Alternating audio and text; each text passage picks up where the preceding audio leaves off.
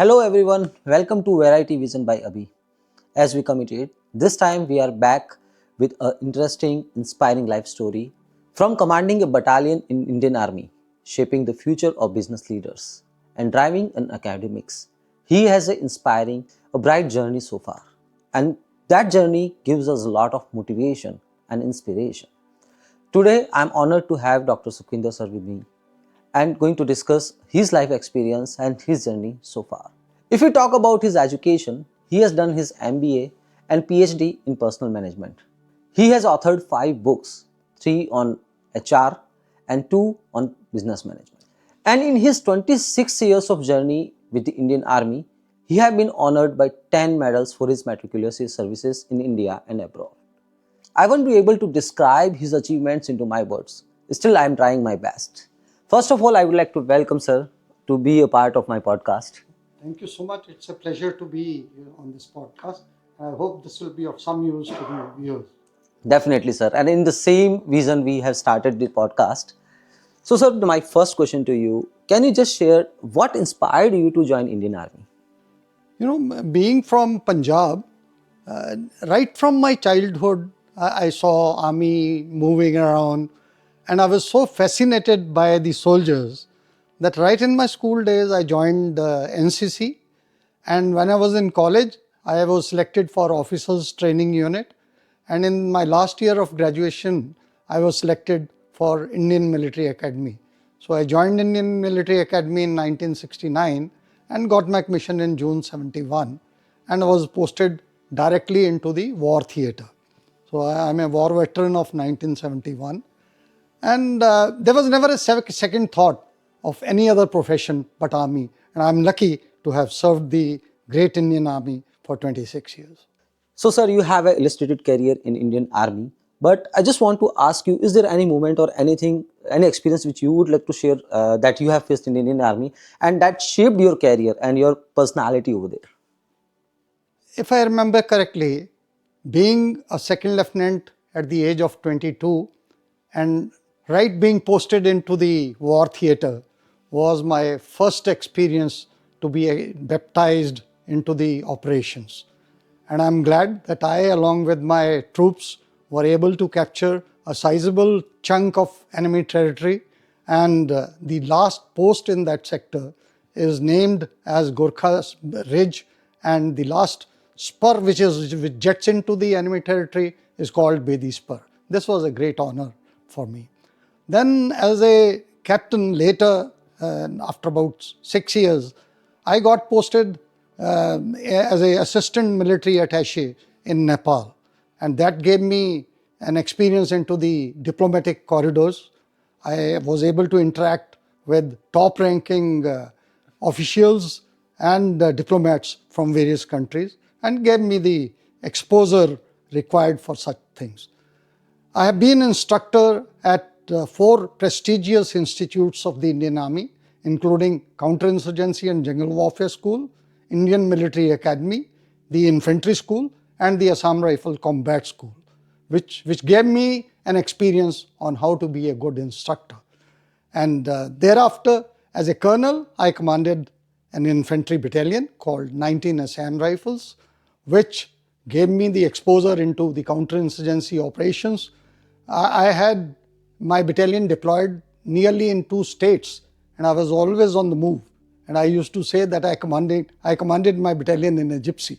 That means traveling from one place to another. But we were so strategic about it that we had no casualties during this time, and we maintained peace and order in both the states at that time. I retired as military secretary to the Director General Assam Rifles, which again was a great exposure into all the northeastern 7 sisters of India, including all 7 states of the Northeast. So I think I was very lucky to get a varied experience and exposure. So that was an inspiring journey what we feel now.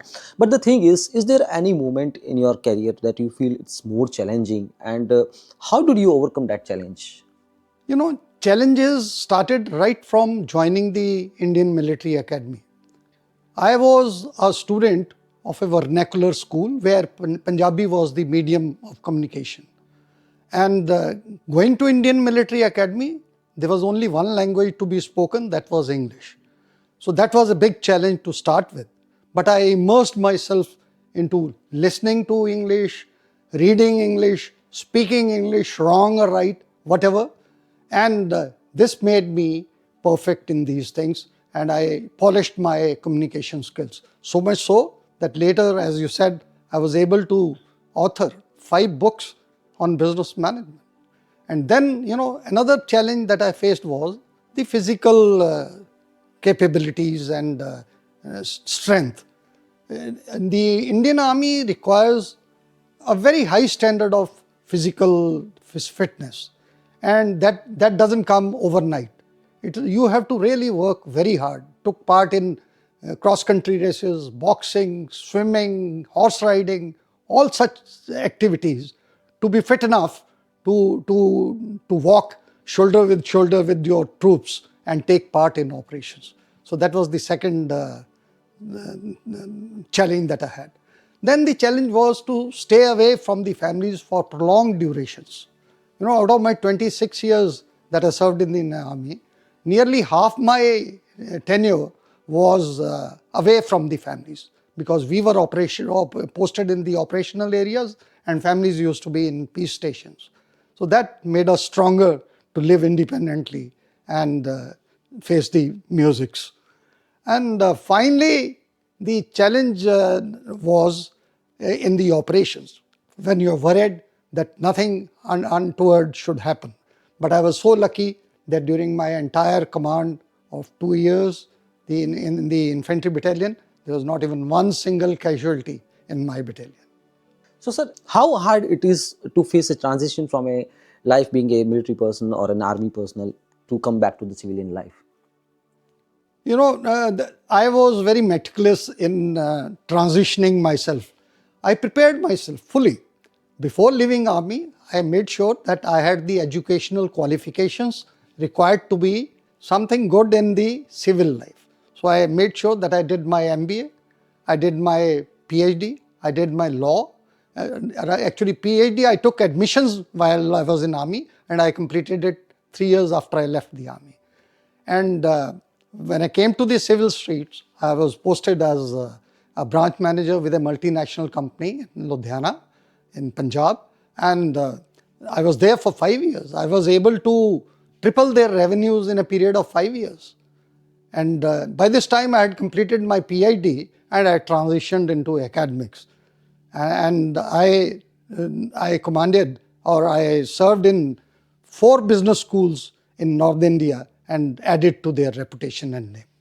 So, you had a great career back in India, but then all of a sudden, why you decided to move to Canada? And I just wanted to know about your career move after coming to Canada.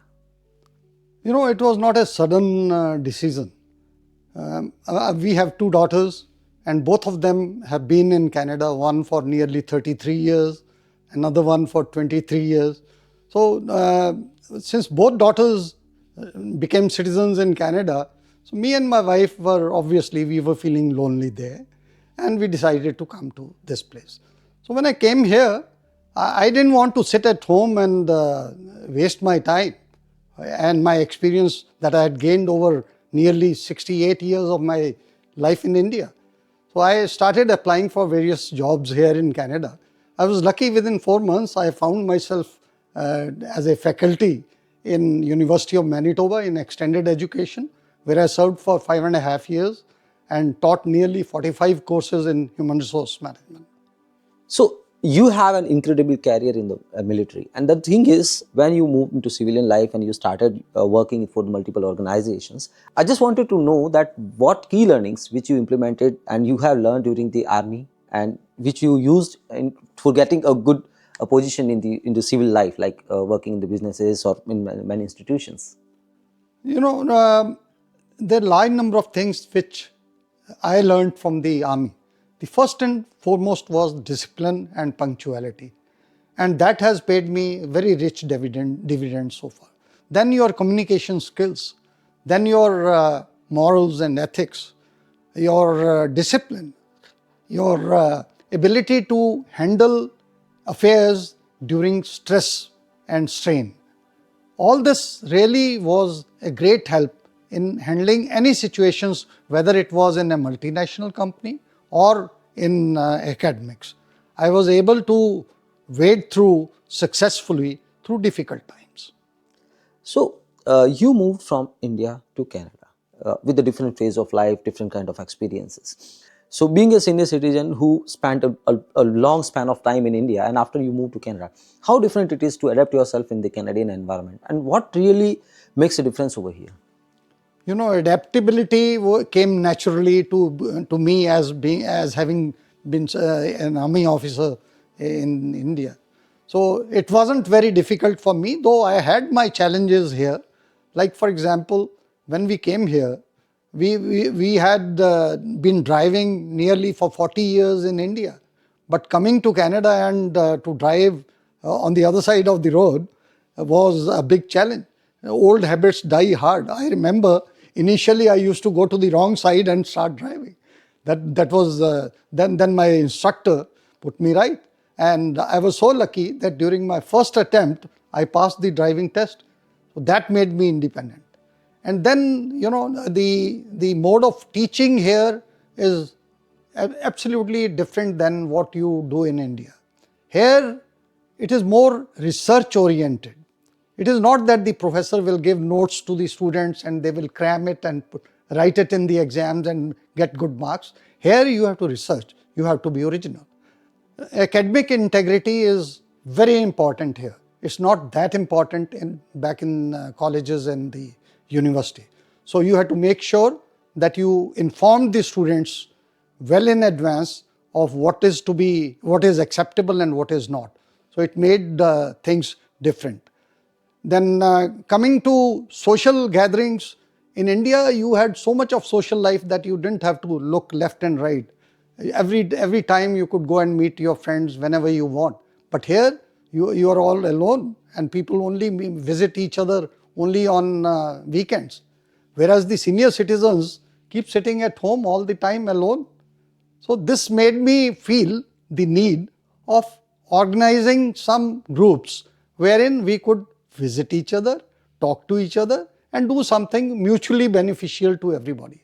So that gave me an idea to make a group of the senior citizens and get together periodically to have activities like yoga, social evenings, or some entertainment in terms of singing, dancing, or we are also planning to go for picnics and cooking during the summer season together. So this is what another thing that I found different than in India. Here people call each other by name and not addressing each other, the elders, as sir or something. Even the small little kids would call me Sukhi. Initially I found it little different, but now one gets used to it. Canada is a wonderful place, provided you adapt yourself to the local culture. You know, we should not stick to what we've been doing. Your adaptability has to be excellent to succeed in this type of a environment. So as you talked about the senior citizens being in Canada, and I have seen a post long time back when you shared that you called everybody on a tea party, all senior citizens. Then I saw a follow-up post, even some Kitan Shah also shared that a yoga classes, and you guys were doing something like to bring all senior citizens together, and that was really inspiring thing because at least a community is doing something for the senior citizens. The thing is, do you feel in Moncton you have enough resources, enough areas like you can have some activities for senior citizens, or you need Indian community should do something to develop a place where the senior citizen can engage? You know, there are two things that can happen. One is the Indian or the Asian community build up resources where you can get together for such get-togethers, or the government of New Brunswick should provide a place where the senior citizens could get together free of charge. Because everybody who's here from India or other countries have very limited financial resources. So spending on hiring the place every time that you get together, it taxes them. they have fixed incomes and cannot afford that luxury. So initially we are doing it at the residence of the various members. But finally, if we find a place which government can provide us, it will be much more beneficial. In summer, we are planning to conduct camps, day-long camps for enjoyment, trekking, hiking and hiking, all these things.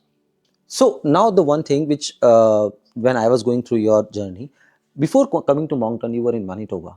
So what do you feel in difference life in Manitoba and in Moncton, and what do you like the most about Moncton? Manitoba, especially Winnipeg, has a large number of people from Indian background, and the meetings or the interaction between the Indians is at a very large scale there. Like in my case, I have nearly about 35 members of the family, close family, who are settled there in Winnipeg. So you are so well organized, and similarly there are a large number of other groups who are well organized. But here in Moncton, I remember first time I came to Moncton in 2009, and I found that there were hardly any Indians settled here. But now wherever you go, you find Indian community working there in various organizations, and it's a matter of pride for us all. But now, being a senior citizen with a broad experience, do you want to tell or suggest something to the newcomers who just started their life, whether it's in India or coming to the Canada, what they learn, what they can learn from the senior citizens like you, and what they have to bring change in themselves to become a successful in their career? I think first thing is planning.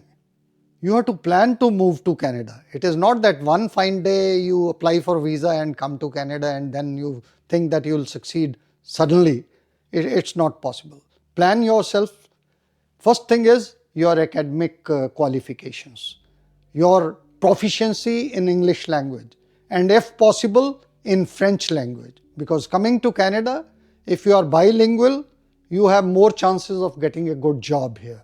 So prepare yourself for good English communication skills, and if possible in French also. Second thing, when you come here, don't only hang around with your Indian community. Go and meet everybody. The diversity teaches you so much, and as much as possible, go and network with people. Most of the jobs are through networking that you get here. It is not that you apply through Indeed or some other platform and you get a job. It is your networking that will help you. So please do that. Then your discipline, your punctuality has to be absolutely immaculate. You cannot do wrong things and get away with it. Then, adapt to the local culture, their traditions. Don't try and force yourself onto the locals if you really want to succeed and be happy about it.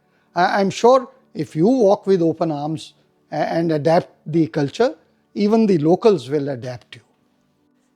Sir, I want to ask you something. Like in upcoming days, my parents are going to join me here in Moncton, and the thing is, being here, like in India, they have so much to do. They have friends, family. They can go over there and spend their time.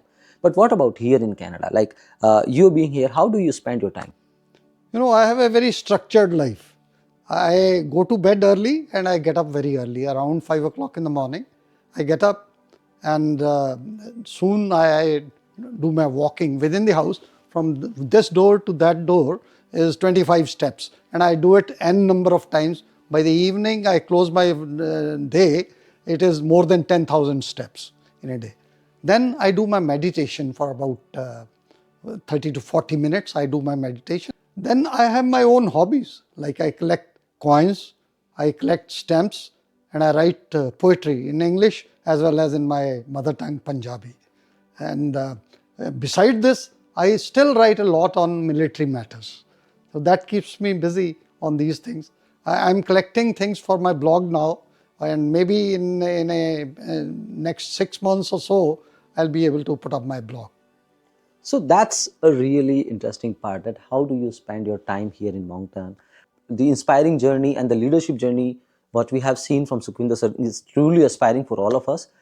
Thank you again, sir, for being with us and for giving us these valuable insights. I hope this video was proven to be a very helpful for you to get a good knowledge about the things going on here.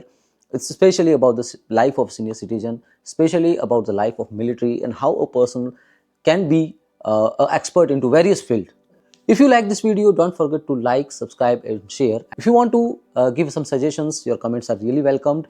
So click on the bell icon to get information and notification on our upcoming videos. Till the time, thank you so much guys.